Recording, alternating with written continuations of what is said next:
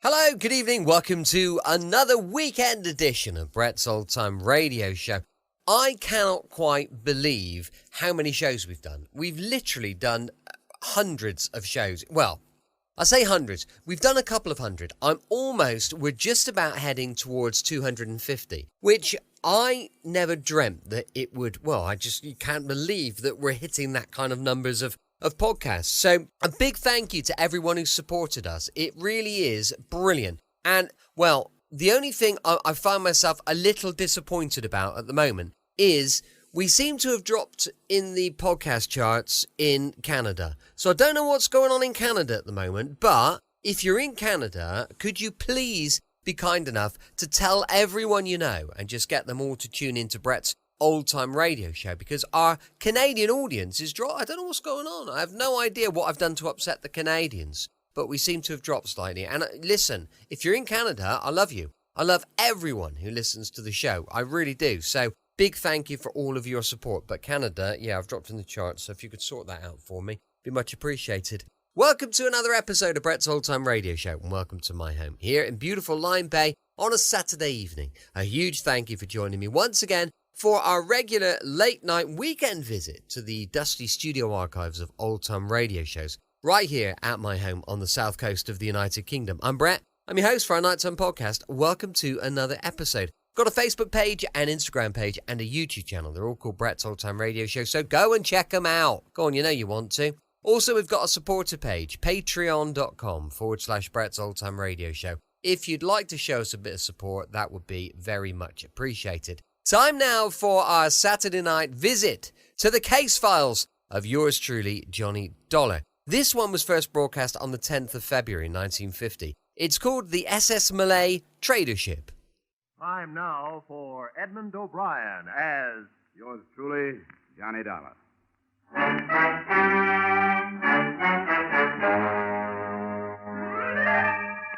Edmund O'Brien in another of the adventures of the man with an action-packed expense account, America's fabulous freelance insurance investigator, Johnny Dollar.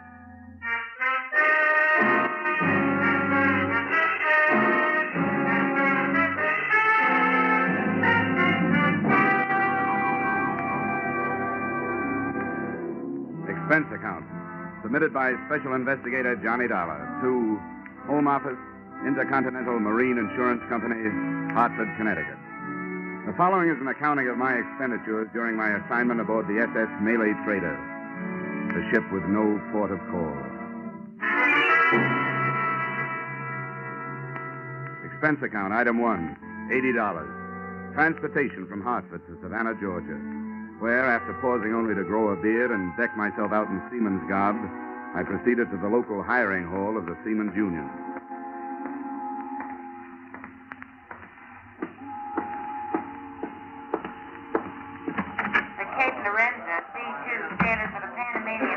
Bound for Rio de Janeiro, leaving tomorrow morning, 9 a.m.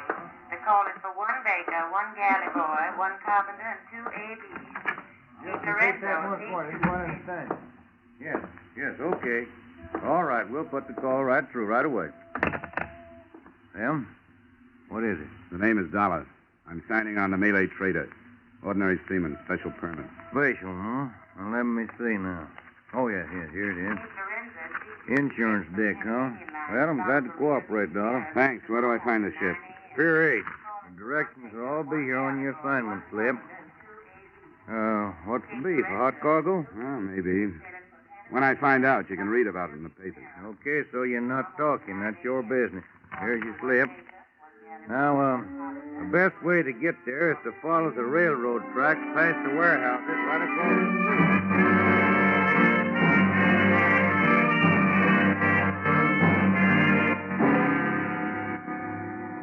My new home, when I found her, looked neither pretentious, comfortable, or even seaworthy.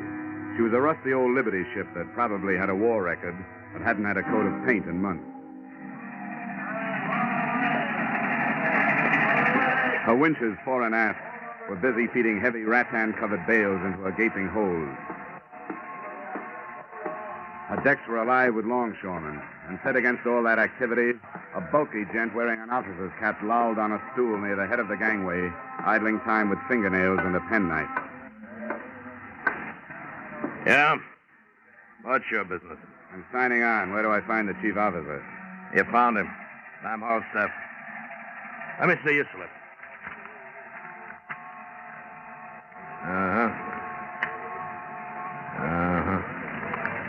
Yeah. Okay, darling. You're on the 48 watch, quarters of 3A. Just past the galley, then aft starboard side. Go up your div. You can sign later. Right.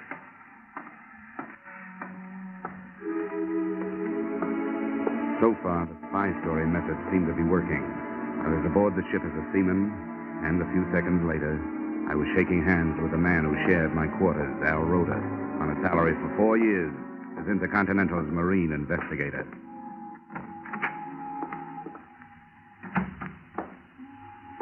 Johnny. Hi, Al. Hey, it's been a long time. How are you? I'm fine. It's good to be working a case with you again. Hey, is it all right to talk in here? Yeah, but let's keep it down. I've been on this tub since it left Singapore, and nobody's on to me yet. But play it cagey on deck. How much did they tell you in jolly old Hartford? Well, they gave me just the basic situation, that Intercontinental insured a bunch of crude rubber from British Malays before the devaluation of the British pound sterling.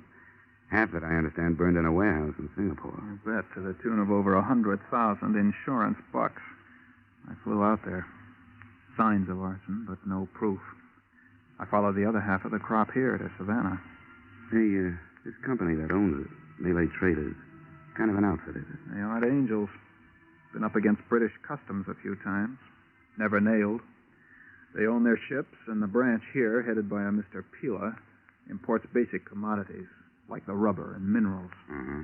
Well, the point is that since this crude was insured before the British pound dropped, they can bring in more loot destroying it than they can selling it. Yeah, I guess that totals. And I take it the policy covers until they do sell, huh? That's it. I thought we were getting rid of it here. They packed it away in their warehouse, but then 3 days ago they started loading it aboard again. That's why you were sent down. What's the matter, Al? Don't you think the company trusts you? I guess they figure I need help. And they're right. Where do you think we're bound, Johnny? Well, my paper's at Corpus Christi. The scuttlebutt is that Corpus is just a stop. That we clear there for Mexico, Veracruz, where arson investigation isn't what it could be. After that operation in Singapore, what else would they Hold be... it. Hold it. Hello. You in there? Yeah? All staff. Ship's articles are in the company office, corner of the warehouse. Go ashore and sign them. Yeah, okay, right away. Sir? Nice try, sailor. Oh, and if you'll take a word of fatherly advice... Well, practically anything you say. Go ahead. That girl in the office, the Malayan half-caste, she's the boss's daughter. Ah, my. Ah, my. Is that for appreciation, or is it her name? Both. But save your dreams. The chief, our friend Halstaff, is as possessive as he's big. And you know something? I don't blame him.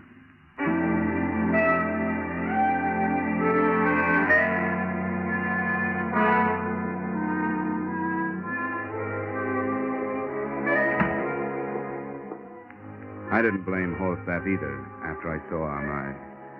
You could tell she had enough Occidental know-how to be proud of what the Oriental did to her looks. Amai, indeed. Good afternoon. Hello. I'm here to sign the articles. I'm the Malay trader. What, please, your name? Dollar, Johnny Dollar. Dollar. Are you a very thrifty man, Mr. Dollar? Well, hardly. My name is usually the only one I have to my name. Your signature right here. I wish I was sailing with you. What? What did you say? That I wish I was sailing with you. I have begged with my father, but he will not let me go with him. Oh, your father's going with us, huh? I didn't know that. I will beg some more. Once again, please, your name right here. You have nice hands, Mr. Dollar. Nice, huh? Now, why'd you say that? I see so many hands here on my desk, so I notice them. Some are big and lumpy. Some are short, some are dirty. And in steward's department, some are clean from dishwashing, but all wrinkly. I see. Well, I'd better get back to the ship. Thanks. Thank you. We hope that conditions during your voyage will meet with your approval, and that you will accept employment with Malay traders again.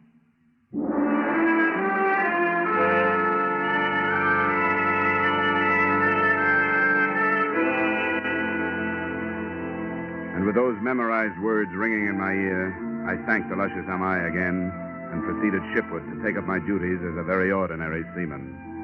I hoped that her interest in my landlubber hand really stemmed from her unusual hobby and not from suspicion. And I wondered why Mr. Peeler, her father, and the local head of the suspect company had decided to go with us. Had his doctor ordered a sea voyage for his health? Or did he want to enjoy in person the odor of burning rubber?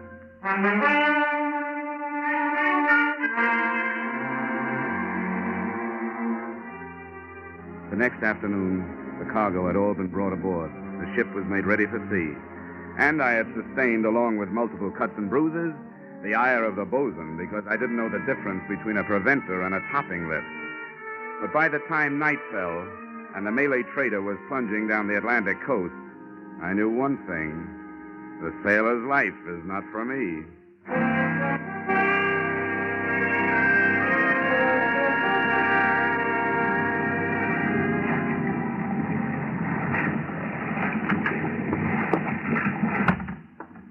How'd you make out, Al?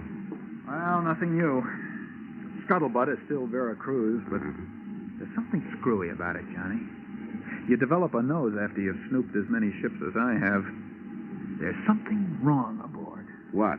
Besides my seamanship? The old man? Yeah, a lot of little things. Of course, we're on for Florida Straits. The readings on the ballast gauges. Of course, the displacement ratio changes with different oceans and water temperatures. Look, Al, that's all Greek to me. Ballast gauges, displacement ratio. Just what are these things that are bothering you? Well, I don't know. Just vague things that... Look, come out on the foredeck with me, will you? Yeah, sure. Probably just this overactive nose of mine, but...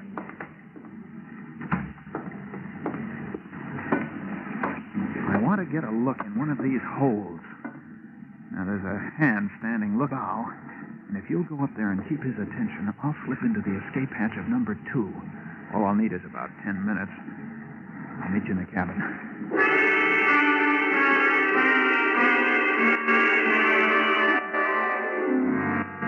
I made small talk with the lookout for 10 minutes, then started back towards the cabin.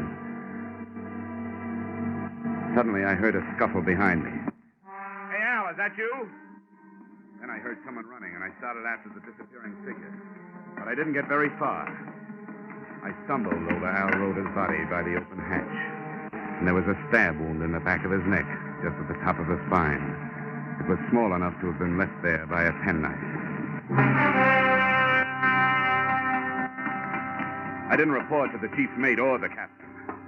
I went over both their heads, and I pounded on the door of the owner, Mr. Peeler. Mr. Peeler? Yes. One moment. What is this? What does this mean? There's been a killing down on deck. What do you say? Killing? My watchmate, Al Roda. But this I will not believe. The captain or Mr. Halstaff, where are they? Why do you come to me? Because I think a request from you is in order. I think Sparks ought to radio the Coast Guard. The sooner the better. But a killing on my ship. To believe this from you. No, I do not. What is that? Man overboard, Mr. Peeler. A murder has just been turned into an accident.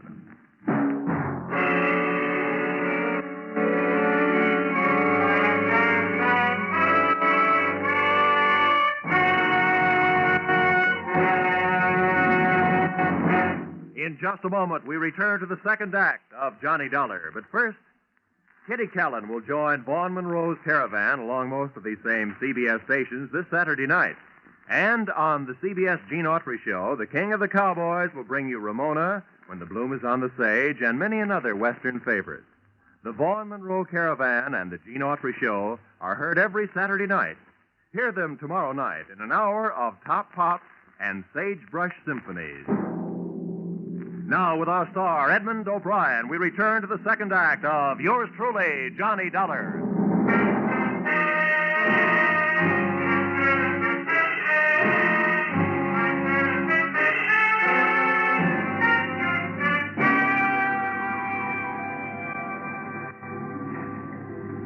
Mr. Horsath.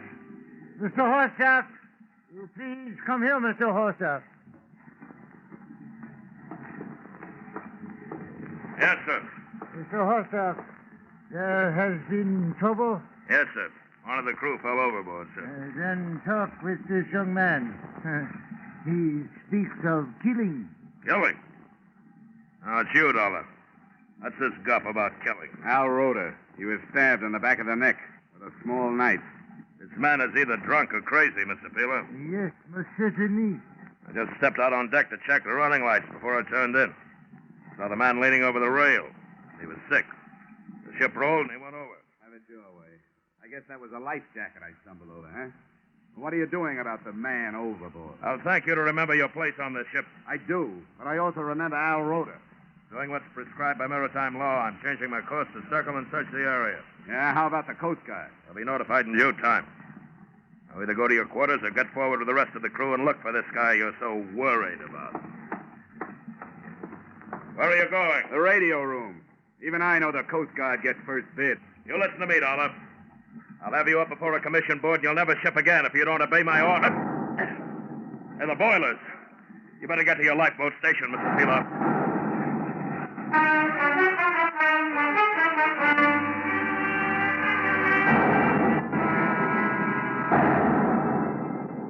Every time an explosion lifted the Malay trader up off the water, it lifted my stomach up with it.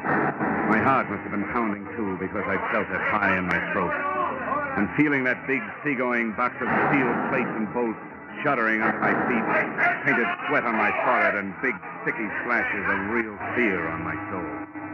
This would be getting dead the hard way.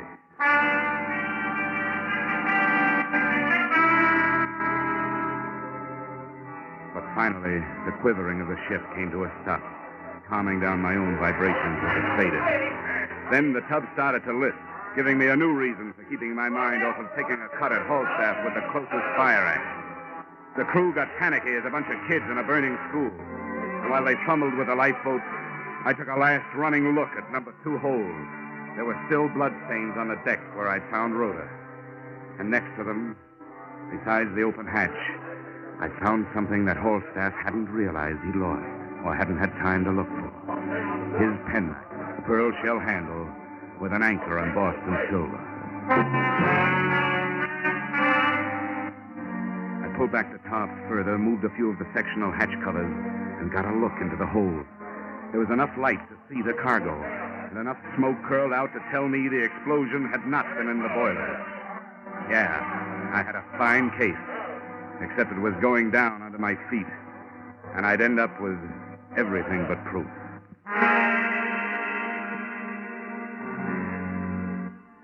It was shortly after dawn when the Malay trader finally settled by the bow and went into a final plunge.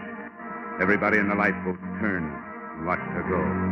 The water quieted over her, and the only traces left were the hatch covers I'd pulled loose.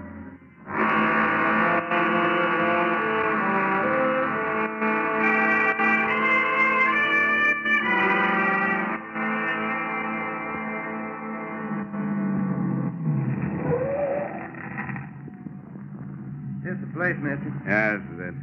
That'll be, 280. Yeah, here you are. Keep it. Oh, thanks.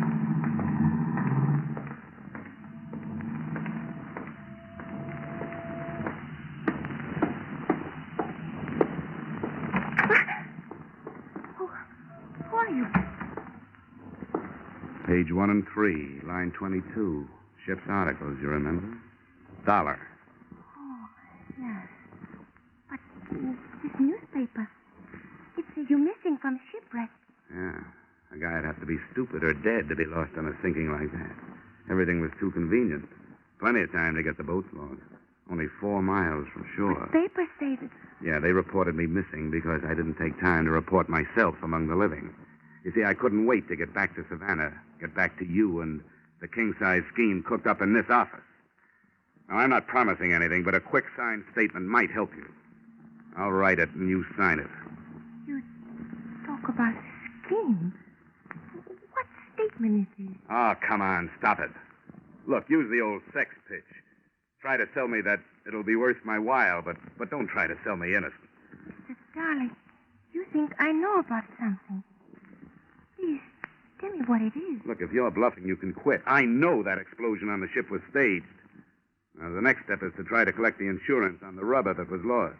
And that's the step I'm supposed to start. Here. Here's my ID. I'm very sorry. I not understand. You are a police? Yeah, in a way. In a way, I'm the police. And the real ones aren't far behind me. And you do not lie to me. Look, I wouldn't have any reason to.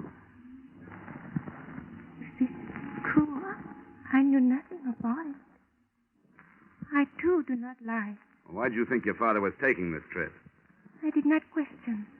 Neil told me he had business in Corpus Christi. Well, then Hallstaff lied to you. The newspapers will tell you why your father took the trip. Here, look at this. Importer and fleet owner narrowly escapes death in explosion aboard his own ship. Now, who'd think of scuttling with the aged owner taking the risk himself, huh? Darling, it's very difficult when in a few minutes 2 men you love become suddenly criminals. I am only daughter. I not question my father. If he did this thing, he did it with reason. Now, what would you have me to do? Well, first stop looking at me as if I started it all. I'm sorry. Honestly, I am.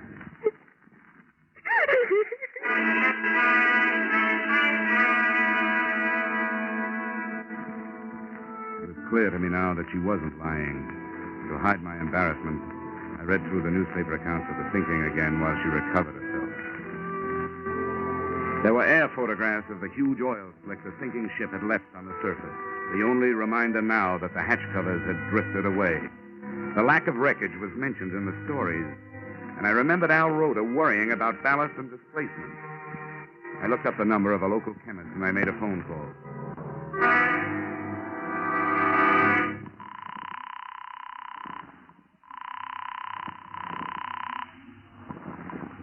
Hello? Listen, Doc, this may sound like a silly question, but it could be important. Does crude rubber float? Crude rubber? Do you mean perhaps latex? Yeah, whatever you call it. The way it comes into the country, wrapped in rattan, will it float? Oh, specific gravity. Wait, I think.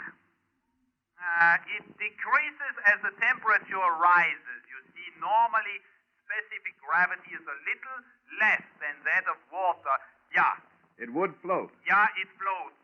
In the hold of a sunken ship, with a hatch partly open, it would force its way out and come to the surface? Yeah, it floats. Yeah, but it didn't. Thanks. Am I? Yes, How many warehouses does Malay Traders have here in Savannah?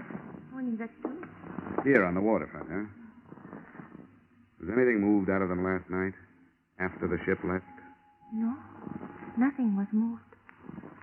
Mr. Dollar, what does this mean? Am I? I want you to wait here in the office for your father. When he comes, I want you to tell him that I'll be waiting for him in one of the warehouses and that I know the truth.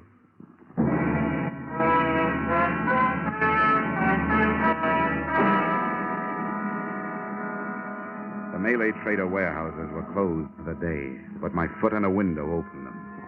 Both were stacked high with imported goods, and I picked my way through everything from lychee nuts to ivory back scratchers. In the second one, hidden behind a wall of cotton Ceylon tea, I found what I was looking for.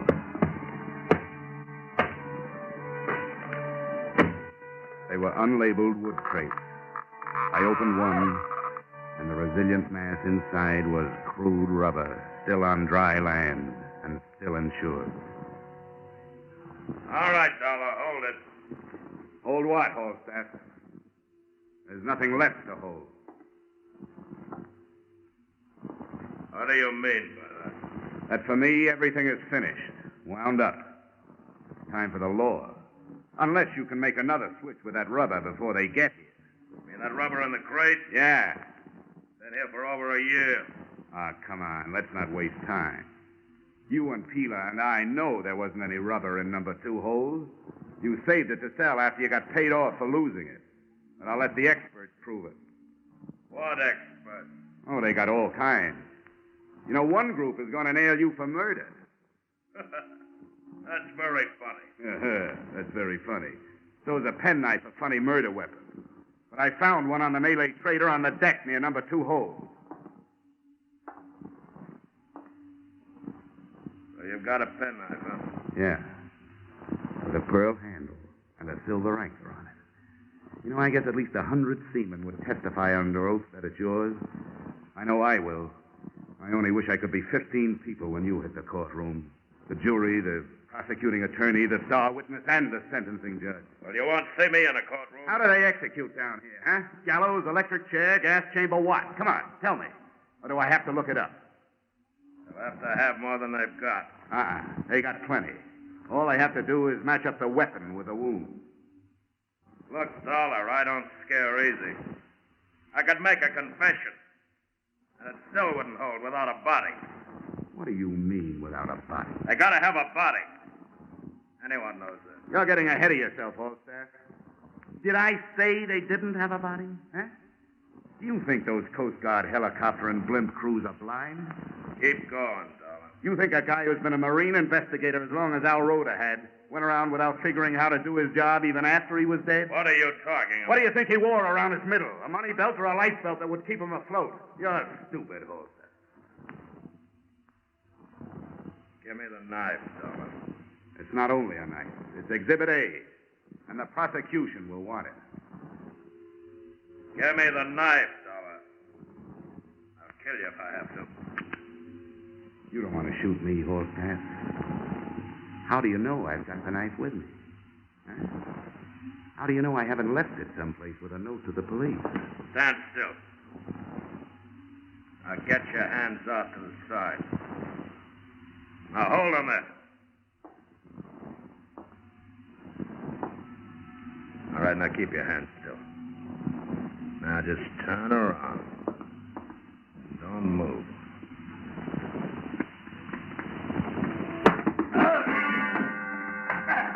It wasn't time for Queensbury rules. He was close to me, and I used my feet.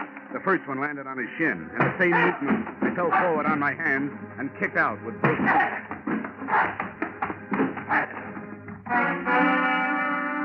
Two sea boots into the solar plexus would have stopped an ordinary man. And after I gave him a couple more, the big chief mate turned into just that, an ordinary man.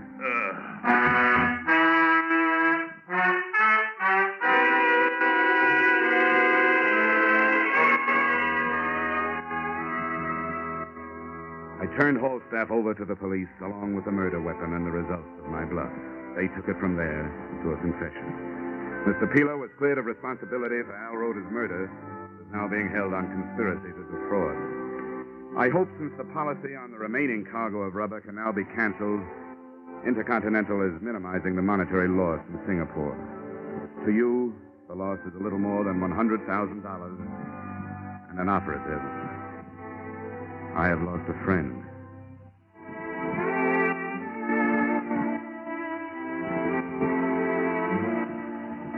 Expense account item 2, $63. Getting my foot on a bar and my chin off my chest while waiting for a train to take me out of Savannah. Item 3, $80. Transportation Savannah to Haas. Item 4, $10. Public stenographer who took the dictation on this expense account. Item 5, entertainment. Same public stenographer who spent the evening proving that socially she didn't take dictation.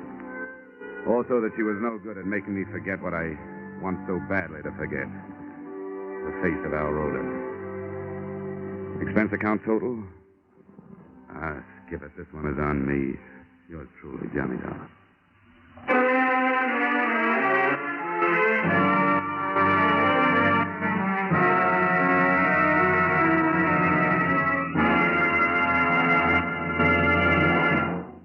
Yours truly. truly, Johnny Dollar stars Edmund O'Brien in the title role and is written by Paul Dudley and Gil Dowd, with music by Leith Stevens. Edmund O'Brien can currently be seen starring in Harry M. Popkins' United Artists production, D.O.A. Featured in our cast were Lillian Byeth, Barton Yarborough, William Conrad, Elliott Reed, and Robert Griffin. Yours truly, Johnny Dollar, is produced and directed by Jaime Del Valle.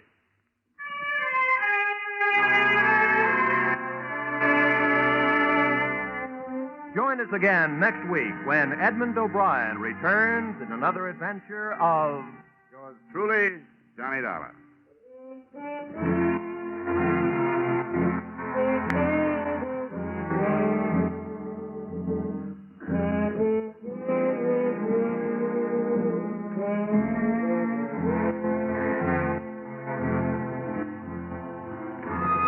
The Case of the Oblivious Angels. A true story of manhunt in Tennessee and Georgia is to be dramatized on Gangbusters this Saturday night. The story will have narration by the chief of police who directed the successful search for the bandits.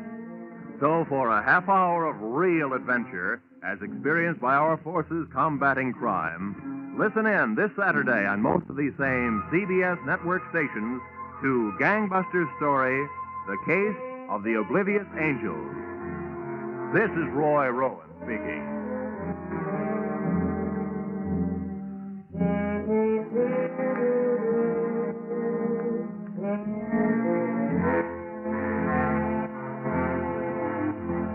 This is CBS, where yours truly, Johnny Dollar, meets adventure every Friday night. The Columbia Broadcasting System.